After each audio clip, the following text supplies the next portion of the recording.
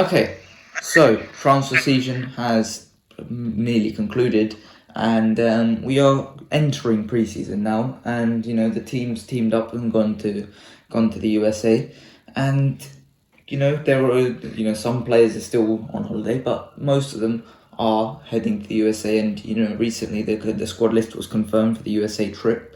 And there are some interesting names and some interesting absences as well. So what we want to do is we want to talk about some of these players, what we expect to see from them going into next season, going into pre-season, what we want to see from the team, what we want to see Ancelotti doing, going into this, because it's a new season. Last season was disappointing at the end of the day. It was quite disappointing and how it concluded in La Liga and in the Champions League, and in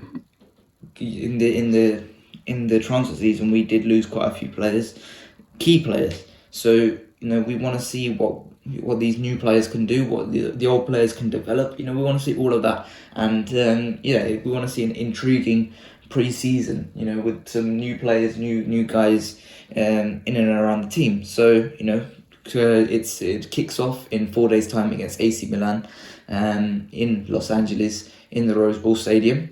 And then 27th of July, we've got a game against Manchester United in Houston, in the NRG Stadium. Then on the 29th of July, we're playing in El Clasico in Dallas in the AT&T Stadium. And then the final game of pre-season, the 3rd of August, against Juventus in Orlando in the Camping World Stadium. So, this is quite a heavy pre-season. We haven't had a 4-game pre-season in a while. I can't remember the last one, but previously we have played less games. We have played a lot less games, and I assume that we may have played maybe some training games as well. With teams in and around Madrid as well. So Fuenlabrada, maybe Getafe, Rayo, maybe some of these teams we may have played in training as well. So these are some intriguing games. So what do you expect to see from this team in these in these games? And this is the most games we've played in preseason in a while, probably since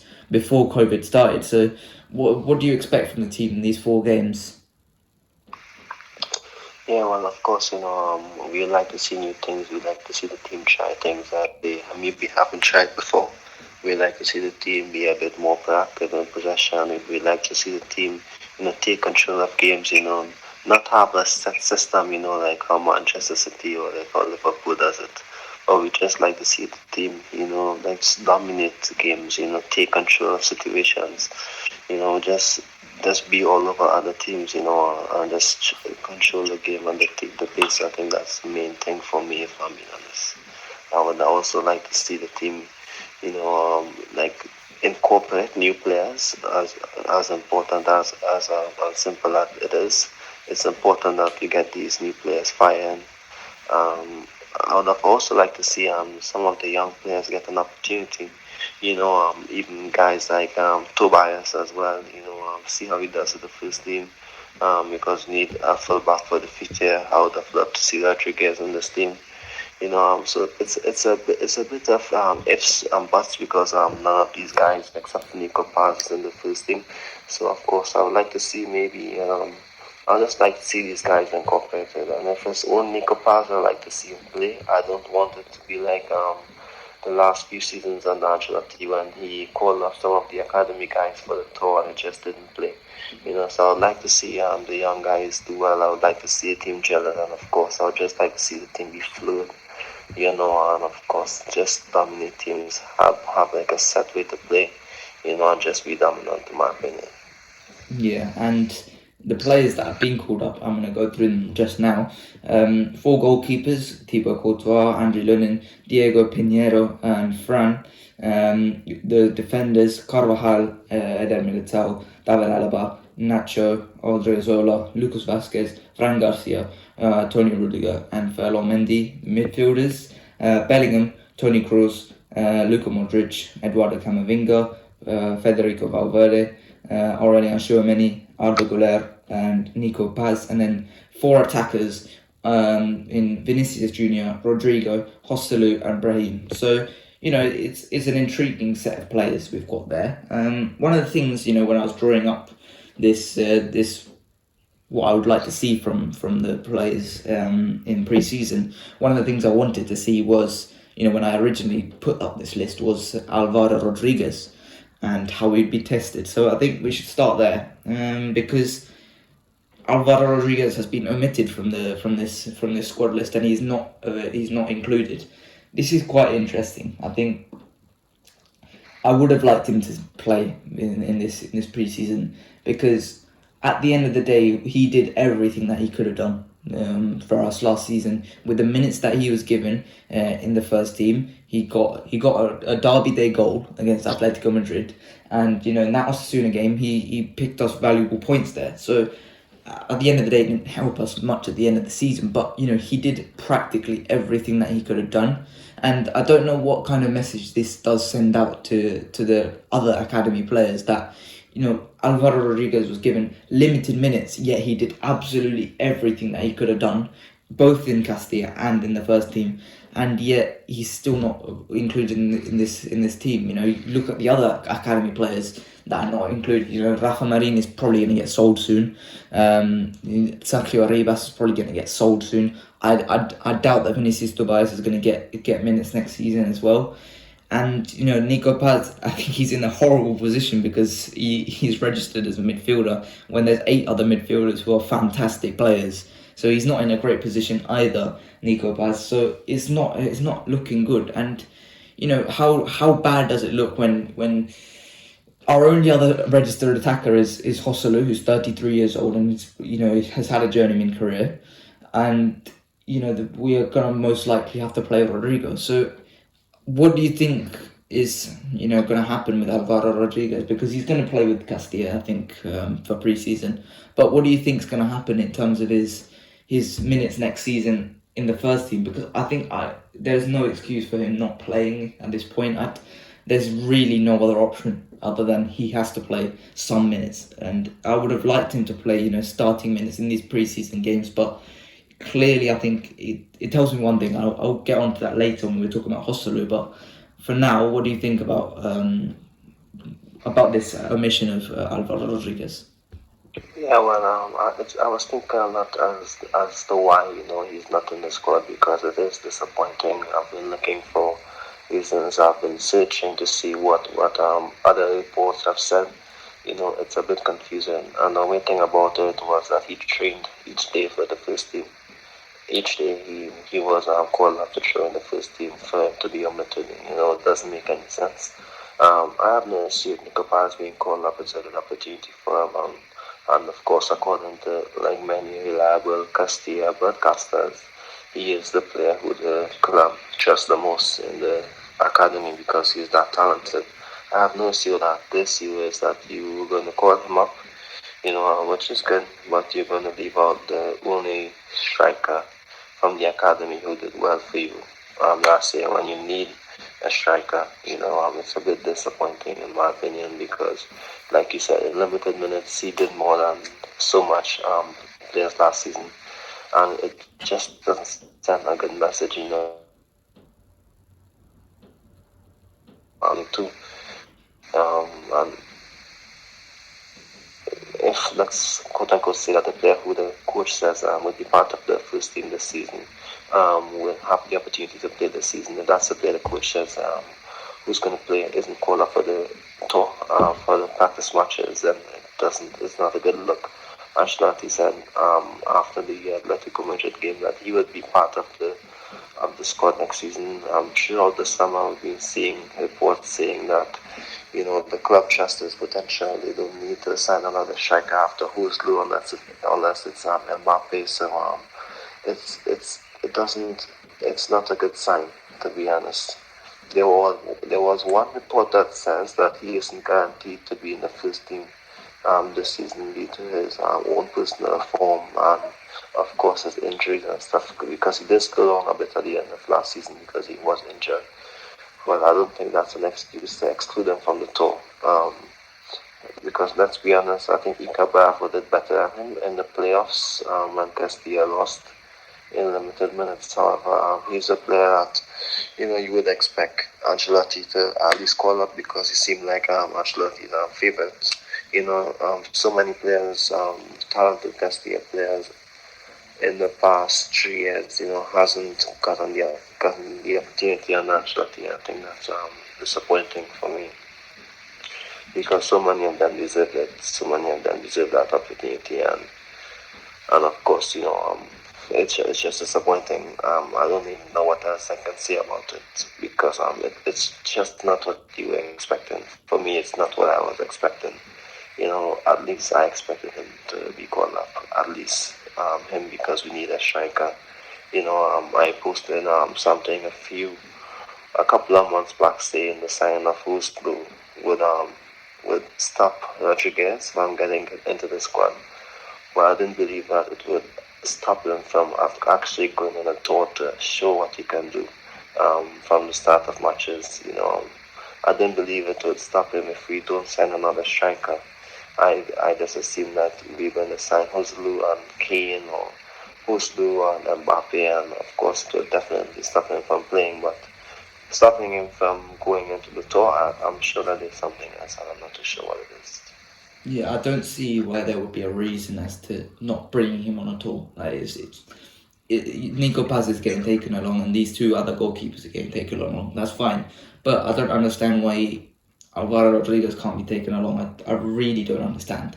But I think if I was to give it a reason, I would give it to two reasons. I think number one, I think it could be an order from the hierarchy saying maybe Ancelotti should take Alvaro Rodriguez in the hope of Mbappe coming, in the hope that Mbappe comes before the preseason tour comes. Now, obviously, there hasn't been much movement on the Mbappe thing because of the fact that he's not willing to budge on that loyalty bonus that he wants to get. Which, to be honest, I think that is really like.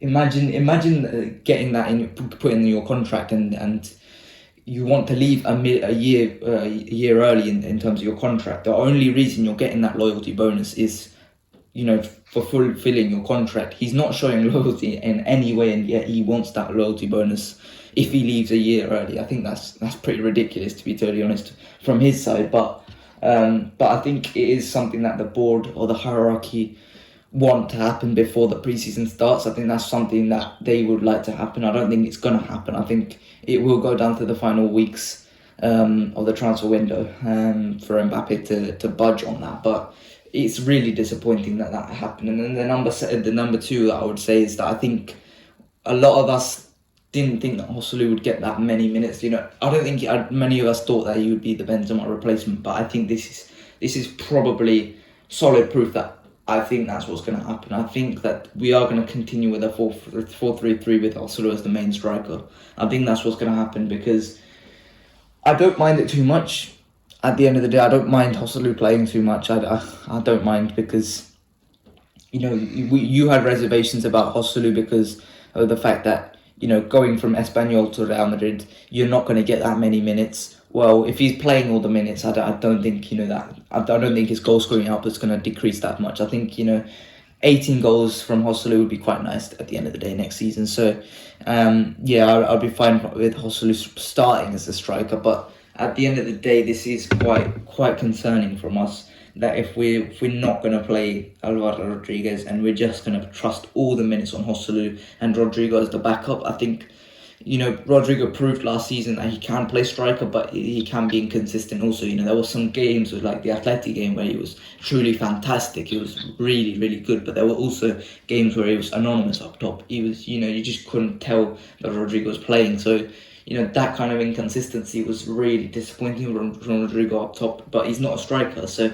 what can you expect from him? So, I don't know what's going to happen with that striker situation. I really don't know what's going to happen, but I hope this isn't the end of Alvaro Rodriguez next season. I really hope that he does prove that he deserves those minutes. I hope he just, comes out the gates just firing for Al Castilla next season, so it's just impossible for Ancelotti to ignore him. Like, that's the only possible way. He just goes into the first 5 games and scores 5 goals. That's the only way Ancelotti can't ignore the guy, because at this point, I really don't know what more Alvaro Rodriguez can do. But let's talk about some formations that we would like to play next season, because talking about the striker situation, Benzema's obviously left, and that's 30 goals down the drain. But 30 goals, that's not the only thing. You can definitely replace 30 goals, which I'll talk about later. But it's about system, because all the stuff that Benzema did, apart from the goals, dropping deep, linking up the play, all of this stuff you can't get. So I think we're gonna have to change in formation. Now I've got four formations here we would maybe like to try out. 4-2-3-1. Now that's obviously the one with the number 10. I think this would fit nicely with the team, especially with Bellingham and Arda Güler coming into the team. But it would maybe reduce the minutes for either one of Tchouaméni and Camavinga, which is maybe not what we want to see. The 4-2-2, try and play like a diamond type thing with the midfielders with the four midfielders, and then Rodrigo and Vinicius up top. I think that could definitely work. I think next season, especially if Valverde and Bellingham are providing the width as well, I think that could definitely work for this team. I think after that, you got the 4-4-2, just a classic 4-4-2. I think Ancelotti could definitely make that work. But the only problem is, once again, the width from that would be a bit poor, especially with most likely Vinicius and Rodrigo playing up top. And then the last one is the 4-3-3 with a false 9, which we tried last season as well. I'm less keen on this because I don't think Rodrigo's a false 9. I don't think he's that type of player. I think he is the type of player to just get in behind and start scoring that way. But which one would you most? I think we should realistically. I think we should try each of these games. Each of these games we should try at least one of these formations. I think we've got to try, these formations going into next season, because we're just not sure what's best for this team going into next season. We've got 4 good opponents that we're playing for these games. I think, in AC Milan, you got a team that would like to dominate the ball, but, can counter, can do all of this. It can be tough in defence, but also can be quite, if Leao's not firing, then they're quite poor. So you got a chance to try out something there. Then with Man United, you got something to find out whether you can. They haven't really got a striker, so you're gonna have to try and defend the wing play as well. But in terms of Onana now, they've got the pressing system can now work for them. So we're gonna have to work that out. And then against Barcelona, we're gonna have to see how we match up against Barcelona, and then Juventus, see how we match up against Juventus. So. These are some good games, but what would you like us to play out in terms of the formations? Yeah, in terms of formations, I'd like to see us not move away from the 4-3-3, but I'd just like to see us, just try playing with number 10, because we have so many midfielders who can play in advanced positions. Like, for example, Jude Bellingham and I think Dani Ceballos, they can maybe big guys who can function, a bit high up the pitch along with Valverde, but Valverde isn't the number 10. So, of course, that's when it gets a bit tricky. I don't think that, the hybrid midfield attacker that many people are saying is going to work out as effective as we think, because, for example, Bellingham isn't like an Isco type player who's going to play between the lines constantly. Valverde on the wing, I think in La Liga that experiment would be fading away, because of course most of the teams in La Liga we'd be dominating, we should be dominating on the ball, hence we would need an actual winger like Goulet or Rodrigo or Brahim Diaz, one of these guys. So we have so many options, like Brahim Diaz, who can come and start wide and drift in a bit. I think what I want to see is a formation where we can have a lot of control, and the formation of seeing if it's a 4-2-3-1, I don't think Bellingham as a 10 would work out if we like to see control. I think if we want to see control, it's either 4-3-3 or 4-4-2. And why I'm saying that is because Ancelotti have used the 4-4-2 system in the past, with James and Isco as the wide midfielders, with Benzema and Ronaldo up top. So for me, I believe that the 4-4-2 would give more control, because we do have players who suit that system. But Vinicius is the issue for me, because he's not a striker. he's a winger. He's the only like natural winger. Rodrigo as well, but Vinicius is the only winger in the squad who likes to stay on the touchline and dominate the touchline. So in a 4-4-2, putting him there, he's just going to drift to the left most of the times, leaving like one striker isolated, I believe. So that's my issue, the 4-4-2. So I think I would cancel that one out, unless like Vinicius is in charge, which he is unlikely to be due to his good record. So unfortunately, I'd have to cancel the 4-4-2 out, despite the fact that we have players who can play midfield, like wide midfielder positions, like even Ceballos and Bellingham. Bellingham played as a wide midfielder in the past, and he can be one of those guys starting in wide and coming inside. There's so many players who can do it. Brahim Diaz, Dani Ceballos, Valverde. But of course, Vinicius wouldn't have the opportunity to shine. If he can make it work and give Vinicius his left wing position where he's most effective, then yeah, I have no issue with that. Yeah, that's one thing. Just sorry to just interrupt, but that's one thing we have to make sure going into next season, because we can't afford to lose Benzema and Vinicius' output. We have to find a formation that makes the most use of Vinicius. Yeah, definitely, because he is let's say the main player. Of course, even when Mbappe comes, I believe that Vinicius would be the guy creating most of the chances, regardless. So I think Vinicius, of course, is the main man now in the team. Of course, you have to try and get the best of his output. For example, I'm not too sure if he would be comfortable playing in two-man striker position. When Cristiano did it, it was in the 14-15 season. That's when his transition into action number 9 started, I believe. Even though he played as a 9 in the past, he still kept his dribbling numbers high because he's still on the left. He started coming inside more, but Vinicius isn't Ronaldo, in my opinion. Two players with different skill sets, similar when they were younger on the wing, in terms of dribbling ability and beating players and their speed. But Vinicius isn't ready, in my opinion, to play as a number 9. I don't think he even jumps for headers, to score headers, etc. when there's a defender with him. He only wins 3 headers, so that tells you a lot of him maybe wanting to play a number 9, or maybe even being interested in those awkward weird battles.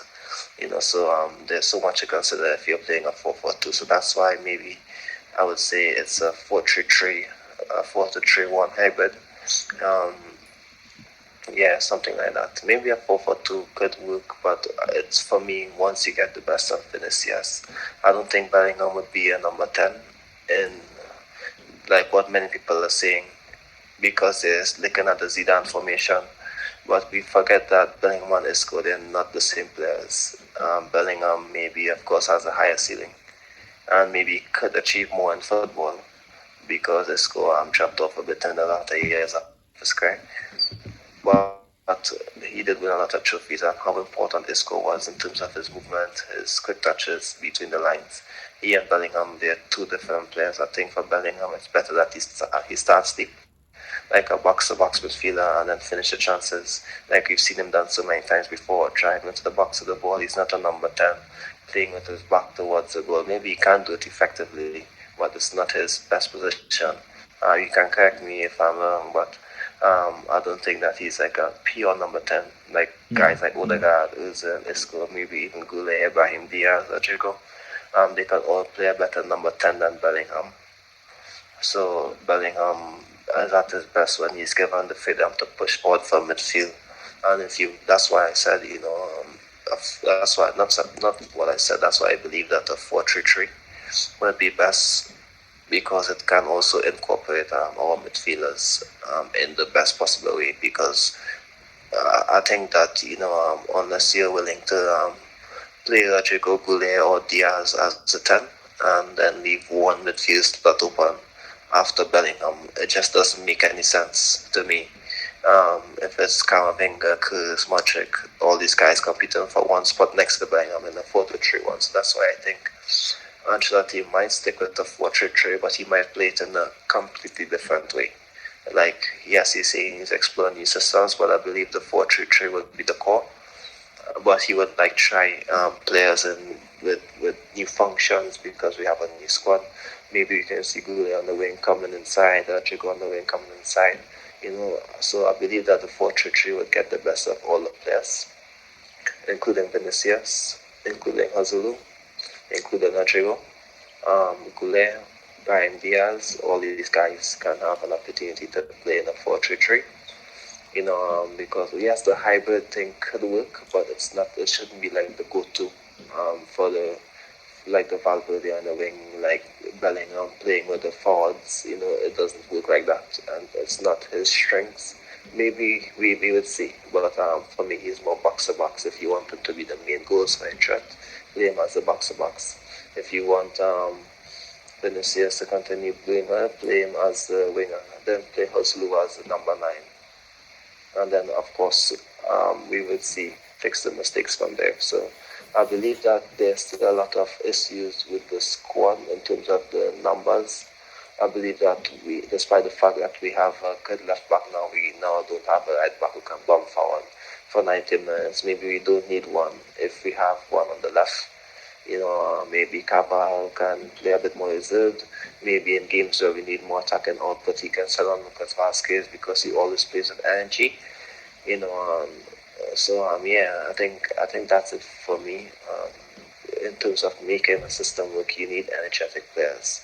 Yeah, so that's why I believe that yes, we are maybe still 2 players short in terms of their movement, but for me, I would say it's 1 player because I believe Valverde can give you a lot of energy on the right wing, which can compensate, or like from the right midfield, which can compensate for Carvajal, because so many times you see Valverde, even when he's a midfielder, he's out on the wing, helping out Carvajal, when Madrid need to switch play. So there's so much to think about, but I believe that my theory is that in the 4-3-3, morphing into a 4-2-3-1 would be the best because it's where your best players would shine, including Vinicius, of course, because he's a left winger. And then you can have the other guys coming and play like a function in midfield, jumping deep to make passing interchanges and dominate the midfield, which leaves space for the strikers, of course. But Joselu, he isn't like the link-up player like Benzema. He scores goals, he's good in the air, but he's not a link-up player. So I believe that that's why I believe that the wingers and the number 10, the hypothetical number 10 or the winger has to come in and do a lot of the link-up play as well. Because Vinicius, he links up well, but he isn't like, that isn't his strength. So that's a bit of a gap there that the winger and the midfield, the right winger and the midfield has, Ancelotti has to find a way to link that so that we can have control of games. Yeah, and in terms of the system, I did some simple data collection, not that extravagant, but I looked over the last few seasons since 17-18, and I looked at the goal totals that the title winners have had and the goal conceded that the title winners have had. So let me just go through them and make the overall point. So in 22-23, 70 goals was first, and then second place got 75 goals. That was last season. 21-22, 80 goals was first, 68 goals was second. 2021 was 67 goals in first place, second was 67 goals. That was the season Atleti won the league. 1920, first place 70 goals, second place 86 goals. That was when Zinedine Zidane was our manager and we won the league. 18-19, first place was 90 goals, second place was 55 goals. That was the season where Barcelona came first and Atleti came second. And then 17-18, first place got 99 goals, second place got 58 goals, and then third place got 94 goals. That was the last season of Cristiano, and that was when Barcelona came first, Atleti came second, and we came third. Now, across, what I found quite interesting was from 17-18 to 18-19, not plus 90 goals was needed to win the league, but beyond that point, from 19-20 to last season, only 70 goals was needed. So there was 20 goal swing, 20 goal deficit, which was needed now. So only 70 goals are needed roughly to win the league each year. Now, in terms of the goals conceded, last season the goals conceded to win the league 20 goals. The previous season, 21-22, 31 goals. 20-21 was 25 goals. 19-20 was 25 goals. 18-19, 36 goals. 17-18 was 29 goals. So once again, you saw a drop, but this time it was for the goals conceded. So from 17-18 to 18-19, more than 30 goals. But then for 19-20 to 22-23, there was 3 times where less than 25 goals were conceded. So overall, what I'm trying to say is, to win the league in the last few years, what you've needed more than 70 goals, which isn't that much, to be totally honest, because previous to when Cristiano and Messi were there, so all of the years with Cristiano and Messi were there, you needed more than 90 goals, maybe even 100 goals. But now you only need 70 goals to win the league, but you also need, what we need to say is, you also need to concede less than 25 goals. So what I'm trying to say is, you need the defense to be perfect, basically. You need the defense to be absolute tip-top, because we scored more than Barcelona last season, but it was the defense that let us down. We scored 5 more goals than Barcelona, but Barcelona's defense was so much better than us, because we conceded 16 more goals than Barcelona. We conceded 36, Barcelona only conceded 20. So that's the thing I'm trying to say. We need to do this defense first type thing, because next season, as much as I would love us to go ahead and score 100 goals, it's just not possible. We're talking about 70 goals previously. Previously, we were talking Benzema scoring 30 goals, Vinicius scoring around 20, Rodrigo scoring around 15, and then 5 goals would have been needed to score around the rest of the squad. Well, now you've got rid of Benzema, so that's 30 goals pretty much gone. Asensio as well, we need to take account for as well. 10 goals from Asensio. Those 40 goals just disappeared, because 10 goals to PSG now, 30 goals to Saudi Arabia. It's 40 goals you need to make up now, and that means let's say Rodrigo and Vinny both increased their output by 5 goals, which is possible because Rodrigo was struggling last season at a point, that mid-season slump he experienced in front of goal, and then Vinicius as well, you could see where he gets those 5 goals from. So then that means, okay, you've added 5 goals, added 10 goals there, sorry. Well, that means you need to add 35 other goals from elsewhere in the squad. Well, where are you going to get that from? And that's the problem. You could see, I've drawn up some of the players that could get us those goals. Joselu could get us some of those goals. 10 goals I've put up there. Bellingham could get us some of those goals, 8 goals.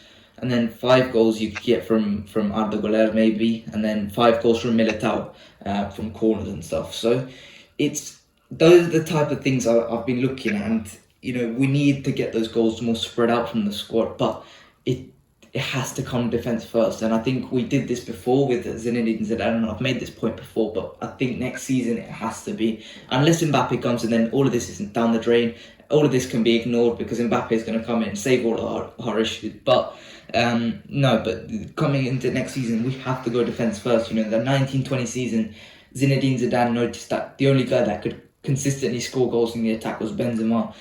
We had to sort out the defence, and that's what we did. We only conceded 25 goals in that 1920 season, which was absolutely fantastic for that year.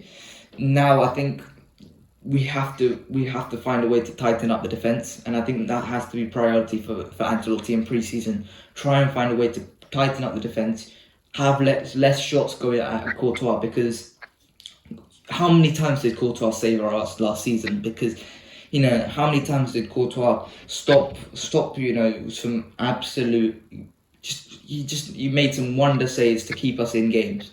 That can't happen. You can't rely on that happening. As much as you expect Courtois to make those saves sometimes, because Courtois is so good.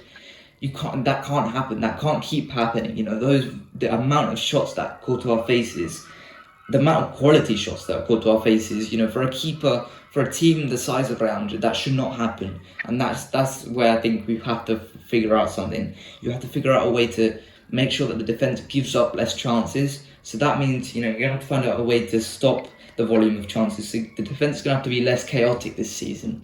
Courtois is going to have to face less chances, less good chances as well next season. And that's what, for me, that has to be Ancelotti's priority for going into next season. So what are your thoughts on the system next season? Yeah, that's why I said it's important, if a defense has to do well, then the team has to know exactly how they're playing. We have to have not like a set system, because Real Madrid is an unpredictable team in terms of the attack.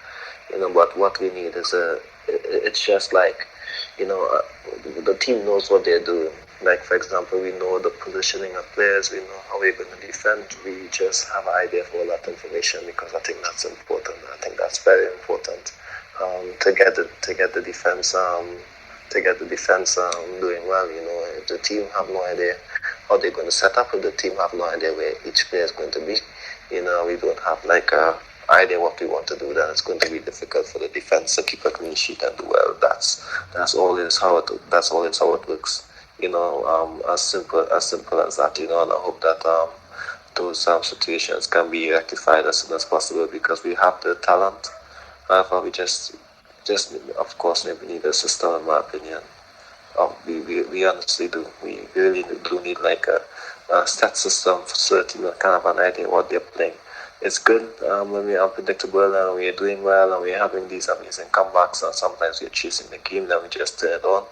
It's nice sometimes, but of course, all the time, of course not. It just doesn't work like that.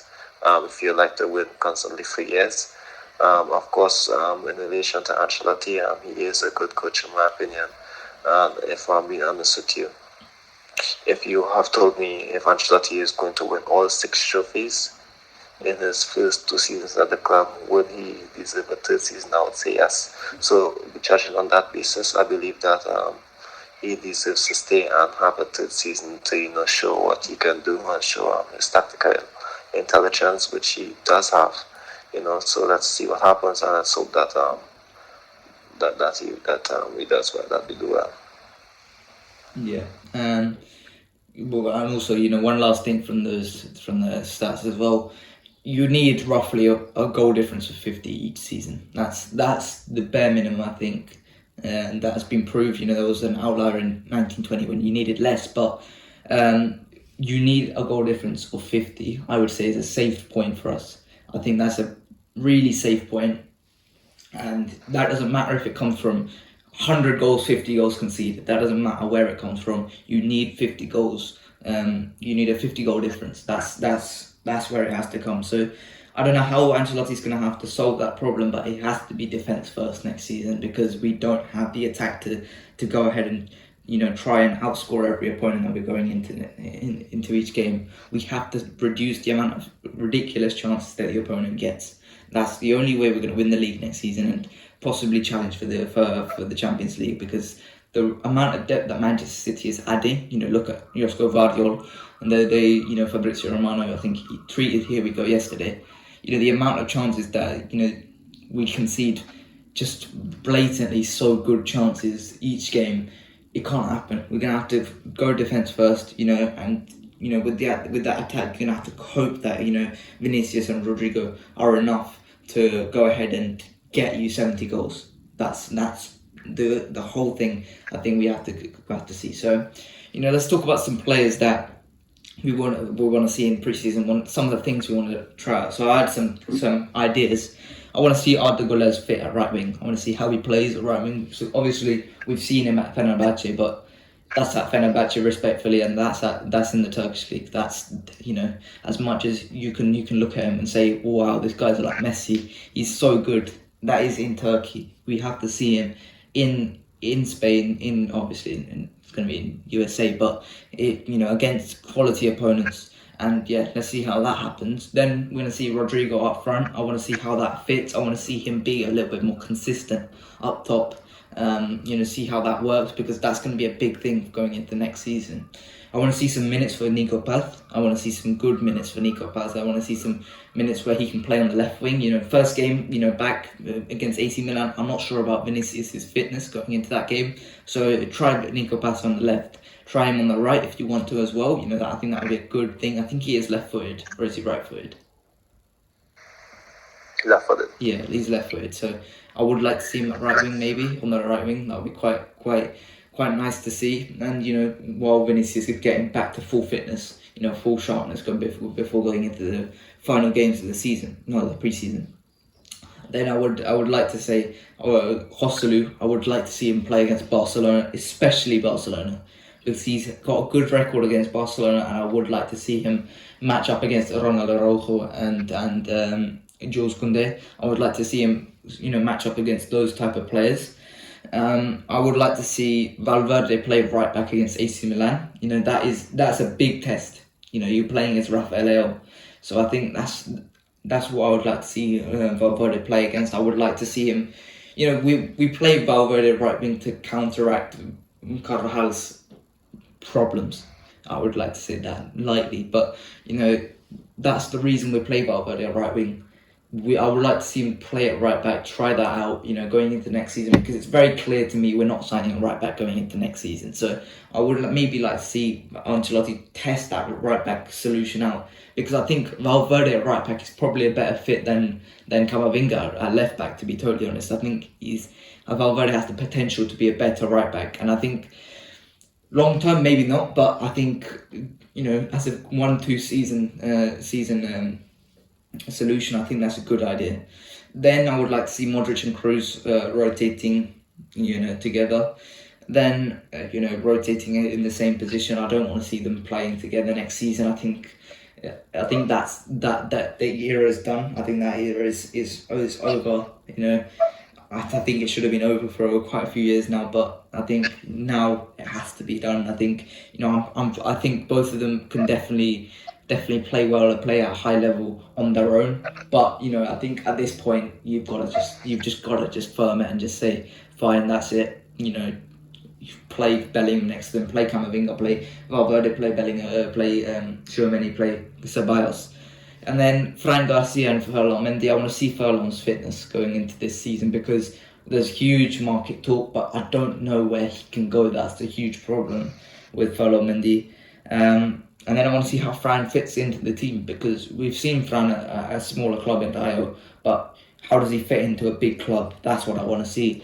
And then the final one I want to see Brahim Diaz fit at right wing. I want to see Brahim Diaz play on the right wing, maybe against his old team in AC Milan. I think that would be. I want to see how well he plays at right wing compared to the attacking midfield, because I think people are quick to criticise Brahim Diaz, because he was actually a solid player for AC Milan for a couple of years now. He's been a really good player at points for AC Milan, and I know he's been inconsistent, but when he was at his best, he was a really, really good Serie A player.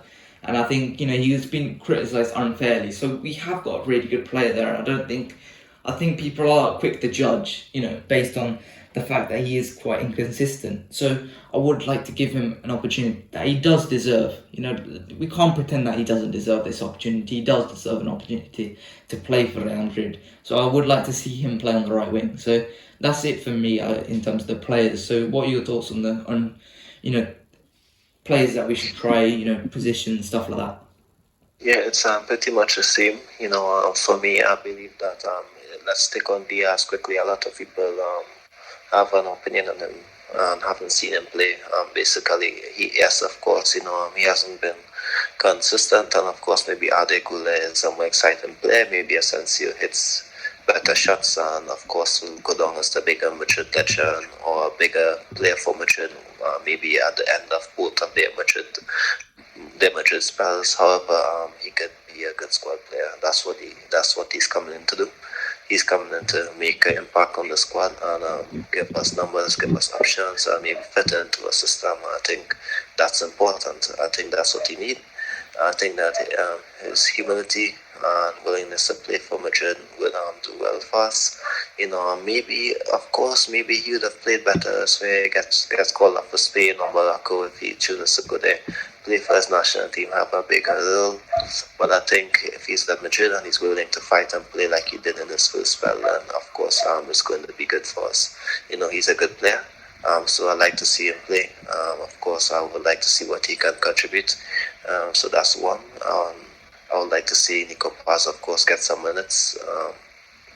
I would like to see Adekule on the wing because, of course, why I would like to see him on the wing is because he has the ability to come inside and play, like what James did for Ancelotti.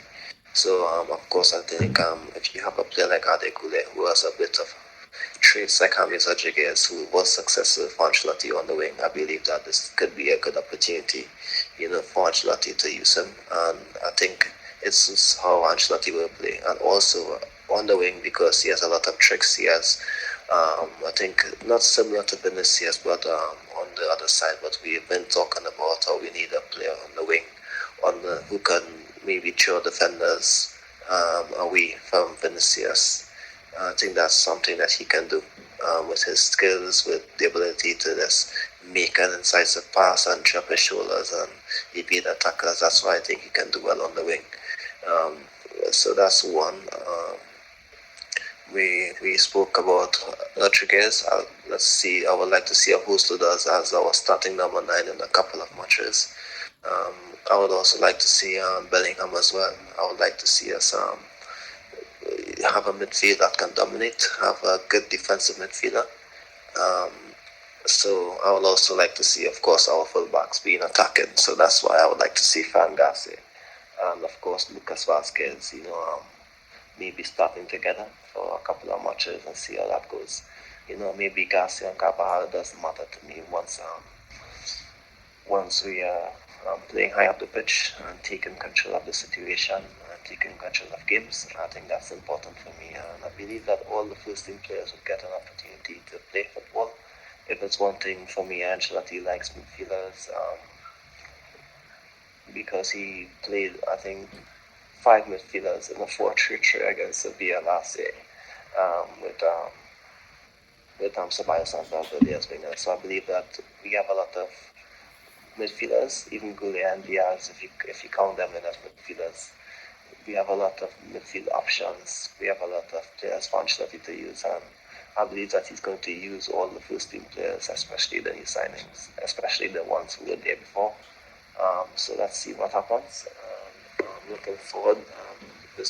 I think that the season just passes by so fast, the last 2 seasons. So let's see what happens this season. I'm looking forward to see what's in store for us in this season, because it's always an exciting time to see the new kid, how the new players play. Also, one thing in the past we also would love to see, of course, in the past was the young players play, and we'd like to see Goulet, Nico Paz, all these guys have an opportunity.